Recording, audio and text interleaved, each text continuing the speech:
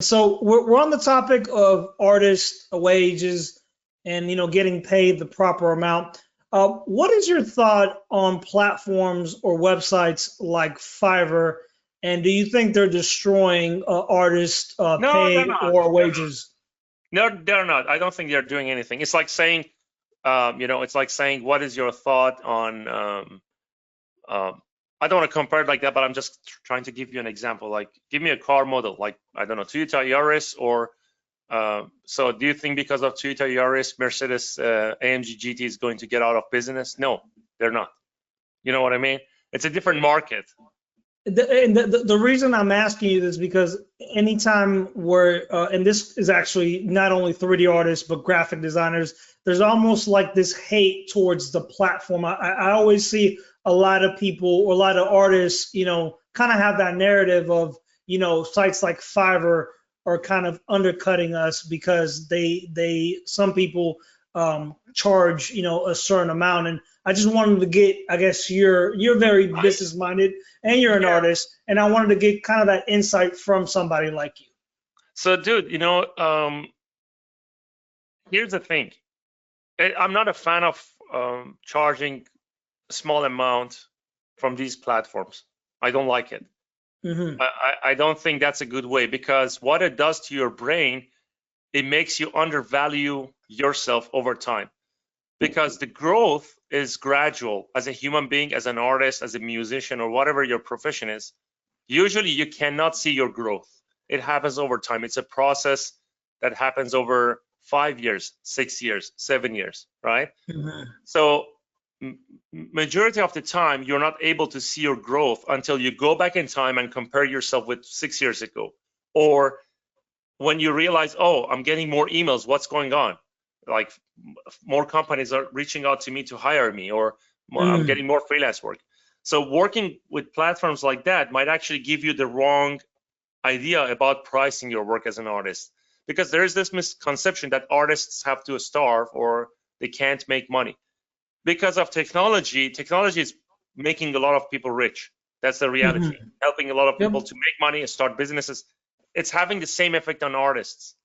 The only thing is, like, you need to decide which part of the uh, this is spectrum you want to be. Do you want to be a top-notch artist, like doing and there's no limit, right? You can't be the best artist. There's no perfection. There's no way that you can say I am the best artist or I'm the best at this. The thing is, the industry is growing, right? Game industry is growing. So if you're a good artist, there's always a demand for good artists. But when you work with, when you sell your tutorials for cheap, or you're looking for a way to just do some work to just make some small amount of money, like $5 on Fiverr, I don't know. I don't think it's going to have a good effect on your growth and on your mindset when it comes to the business side, if that makes Hmm. sense. It's No, gonna, yeah, that I'll totally give you an makes sense. example. Yeah, I'm gonna give you an example. A flea, is it called a flea, the small insect that jumps? Yep, Flea. Hmm. If you put them in a jar, they're gonna jump, hit the ceiling of the door, right? The cap of the jar, and then after trying a few times, they actually jump just close to that cap. They don't hit Hmm. the cap anymore because they know that this is their limit. But that is not their Hmm. limit. That is the limit that the person that put this flea on the jar gave this flea, right? So if you remove the cap, it's gonna jump, but it's not gonna get out of the jar, if that makes sense. Because it's No, telling this, that yeah, it's yeah. telling this insect that, hey, you can't jump more than this, right? So charging a small amount of money, or just accepting working with on cheap projects or basic projects forever, it's giving you this mindset of this is what you can do as an artist. There's no limit. You can make as much as you want. You can scale it as much as you want. It depends on how you want to do it. Do you want to work in a studio? Do you want to just work in an outsourced studio? Do you want to just be a mid-level artist and only create art, and don't you never want to do anything else? You never want to take a risk, right? The more risk you take, the more you value yourself, the more you try to learn, the better you get. There are no limits. But I think using these platforms, as long as you're aware of it, you're aware of, like, hey, I have to charge $5 for this project now, right? But this is not what I want to do in the future. This is what I want to do now because I have to. But my goal is to make $200,000 as an artist in like 6 years, 7 years. Or I want to have my own outsource business or my own game and enjoy doing what I do and make good money as well. No one should do this because of money, because you need to really enjoy and love what you do, right? Because it's a creative thing. I never thought that I can make money with this. But when I started making money, I was like, okay, this is good. I can live by doing what I want to do. So you shouldn't think about the money, but you have to, when I say you shouldn't think about the money, I mean, you shouldn't just do this job because you think that you can make a lot of money with it as a game artist, right? How do I say, like, don't disconnect the financial side. You know, it's not cool to say, I don't care about the money. It's only putting you down, because I have heard this, people say, I don't care about the money, and they get paid less than what they want to get paid, and then they start complaining. And then they say artists can make money. You know, it's your choice. I don't think it's limited. But obviously, the more you make, your clients you'll have fewer clients, but the quality of the clients are going to be better because they want to have a great artist with a great knowledge and experience. They pay the premium price for it, and you have the chance to work with this client for a long time, you know, and you're sure that you're going to get paid, right? There's a difference between someone who works at Tesla and another random company making a random car that you don't even know. You know what I mean? So No, there's a chance that the person that works for Tesla is going to work probably longer, or there's a chance that this guy is going to, you know, make way more money or figure out a way to start his own business. It's all related. That's why I'm talking about this. They say your success depends on the 5 people that you're surrounded by, right? And that's true. So if you only work with, if people are around you tell you, hey, you can't make more than this. This is Fiverr. You only can make money with this, or you only can sell your tutorial for $5 or $50. That's it. You can't sell it for more. That's what you can learn. I mean, dude, money has never been an issue. Money is not the problem. The question is, what can you do to show that you deserve to get paid what you want to get paid, right? What can you do to show that you can get paid, to ask for like $125 or $200 an hour or $1,000 per day for a project or more? I get it. You know, it definitely, you know, makes sense. And I think too, a lot of, you made a point earlier, which is very, very true, is, you know, how sometimes that hunger can work against you because you're like so hungry and so desperate to just get work. Which is fine. That's part of life, right? But you have to keep in mind that there's no limit. There are no limits, and you can grow. Fiverr is just, I mean, why did they make Fiverr? Because they knew there is this crowd of artists that they wanted to sell their work. They are not good at doing business. Their work is just good enough. It's not good for, I don't think you can find a professional character artist on Fiverr. I guarantee that 100%. Who's making AAA characters? You know what I mean? It's different markets, right? I know the platform. I browsed through it just to see what other artists, quality-wise. I'm not sure. That's something I'm gonna have to test that out and make a video about it. But you know, it's one of those things that, you know, sometimes you'll be surprised, you know, the talent of people, and then you know, just because somebody is not charging a certain amount doesn't mean that they're talented. So there could be a huge, you know, talent pool, or you could, you know, you could pay what you get for it, or you could, you know, maybe not, you know, somebody could definitely over deliver. The reality is, the better you get, so knowledge gives you power, right? Knowledge makes you more confident. When you become more confident, you become more curious. You want to know more. You want to achieve more, because now you're like, I can do this. What if I do that? What's going to happen? What if I read this book? Okay, maybe I can increase my price. Maybe I shouldn't work with on Fiverr. You know what I mean? And there's nothing wrong with Fiverr. It's just like, it's giving an opportunity to a lot of people, like from really basic skills to a certain point, and then I'm pretty sure they jump from there. But sooner or later, those who are good, I'm 100% sure there's no good, like, AAA character artist working on Fiverr. That's a guarantee. I'll tell you that. If it Mhm. was, I don't know. Tell me.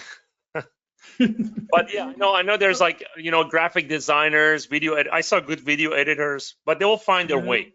Once they figure out that they can make more money, I think they're gonna get out of that platform. Something that I've seen on the platform is that now the name Fiverr doesn't suit it that well because you could actually charge more. You could actually have upgrades you want delivered quicker. So at the end of the day, I just really think it's what type of service you're offering and how much time it's costing you. But like I said, it could be a platform opportunity for hungry artists to maybe get a little bit more experience or just try it out and get better, get a little bit of money while they improve their skills. And I don't think the platform is setting a price, right? Platform doesn't tell you how much you. So that's the thing. It doesn't set the price, but like something you alluded to earlier, if anytime when you're in a marketplace, you got to kind of stay within those realms, right? So it is a lower cost, alternative for work. I mean, that definitely is, even though the $5, market is not the standard anymore because most charge a little bit more. But, I'm assuming you probably couldn't charge $300 a day because that's not really the audience of clients, that's there, at the end of the day. I think Fiverr is more like for, I don't know if corporations are going to use Fiverr. I'm not sure, to be honest. I don't know much about it. Fiverr, as far as the user base, it's usually there's actually all kinds of companies, even to like creators, like smaller creators, people that are just starting businesses. That's usually like their bulk demographics of buyers or clients is people just starting out. You want an ebook, you want something simple. You're just, you're not going to be most likely like a AAA studio hiring on Fiverr. But if you're like an indie developer, if you need some code or whatnot, that's usually kind of that demographic that looks for work in those sites. I mean, I don't have anything against Fiverr because I never used it and I don't know anything much about it. But basically what I'm trying to say, the message that I'm trying to send is learn how to increase your knowledge and your confidence so you can increase your price, and learn how to negotiate, to figure out what you're worth really. And usually you will know that when others tell you, oh, you're doing a great job. You always hear this, you're doing a great job. You know what, this is amazing. Or you work fast, and then you do something and then the client says, oh, this was fast. I thought it's going to take 2 weeks. You finished it in 4 days, right? That increases your price immediately, because imagine this, like if you're hiring someone charging, I'm going to say $400 a day for 2 weeks. And if you can finish the same project in a week for 400, I mean, should you get less or more? I think you should probably charge more than the other person, because you're saving the client a week, and you're giving them quality work, and there's no point for you to charge less, basically. So that's the point. Like, as long as people learn, okay, I mean, maybe I'm new, I'm just getting into this industry, I'm a student, I work in the university, going to the university or college to learn how to do video editing, character art, or whatever, any sort of art, digital art, even traditional art. So maybe I can use Fiverr to make some money just to pay off my, just to make some extra money to pay my phone bill or my food, or enough money to have an income on the side, right? It's a side hustle. It's not a real business. That's what I can say. If it helps you to learn business, sure, because we all have to start somewhere, man. Like, if my first job, if I didn't work for free, I'll probably my life would change completely. So there's nothing wrong with that, to work cheap or work free or use whatever platform you have. The only question is, you shouldn't settle, and you should, push yourself to figure out, test other platforms as well. Test a new client and tell them, give them a bigger price, right? When you do the second project, client comes to you, hey, I worked on these 2 projects, and now I charge $250 a day. And then you work with them for 5 months, 6 months. Another client comes and they say, hey, how much do you charge for characters? $300 a day, right? And then do this until you get to the highest price possible. because No. the more, and it's going to take time, obviously, right? If you want to charge like $190,000 a year or whatever, you have to basically accumulate a lot of knowledge about the industry, about the pipeline. So when the client gives you the work, it's you know, without any trouble. They get what they want. They're happy with you. Because oftentimes, dude, this is the thing. It's hard to work on projects, right? It takes time. And the majority of the clients, they prefer to have hassle-free work. That's the #1 key, because everyone wants to meet their deadline. Shareholders are going to hold them responsible. Why you didn't finish the project on time? Well, I mean, because we didn't have enough character artists, they would say, okay, why you didn't hire someone? You know what I mean? So there should be a balance. I mean, as long as you can deliver the work, you should get paid what you deserve to get paid. No, that sounds like solid advice.